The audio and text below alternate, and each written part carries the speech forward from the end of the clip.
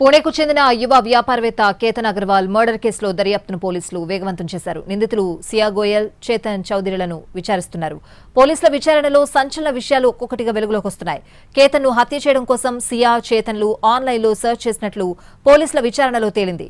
ఎన్ని రకాలుగా హత్య చేయొచ్చో ఆన్లైన్లో సెర్చ్ చేసి జూన్ 18న నిందితులు మర్డర్ ప్లాన్ అమలు చేశారు.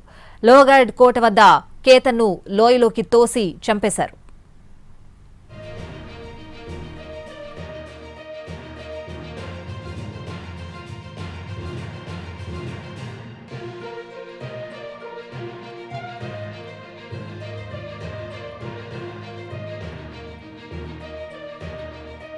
జనవరి నుంచి జూన్ వరకు ఇద్దరు నిందితులు 2004 ఫోన్ కాల్స్ చేసుకున్నట్లు ఫోరెన్సిక్ విచారణలో బయటపడింది.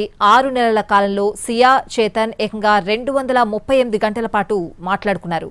కేతన్ను చంపడానికి నిందితులు ముందుగానే ప్లాన్ చేసుకున్నారని పూణే ఎస్పీ సందీప్ సింగిల్ తెలిపారు. వారి digital foot print, internet search history, communication records కీలక ఆధారాలుగా మారాయి. నిందితులిద్దరూ ప్రతిరోజు సాధారణ calls, WhatsApp calls, face time ద్వారా కమ్యూనికేషన్ కొనసాగించారు. ఇదే వారిపై అనుమానం కలిగేలా చేసిందన్నారు పోలీసులు.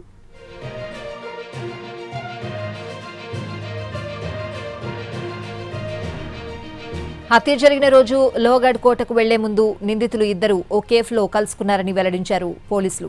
కేతన్ మర్డర్ ప్లాన్ గురించి చర్చించుకున్నారని తెలిపారు.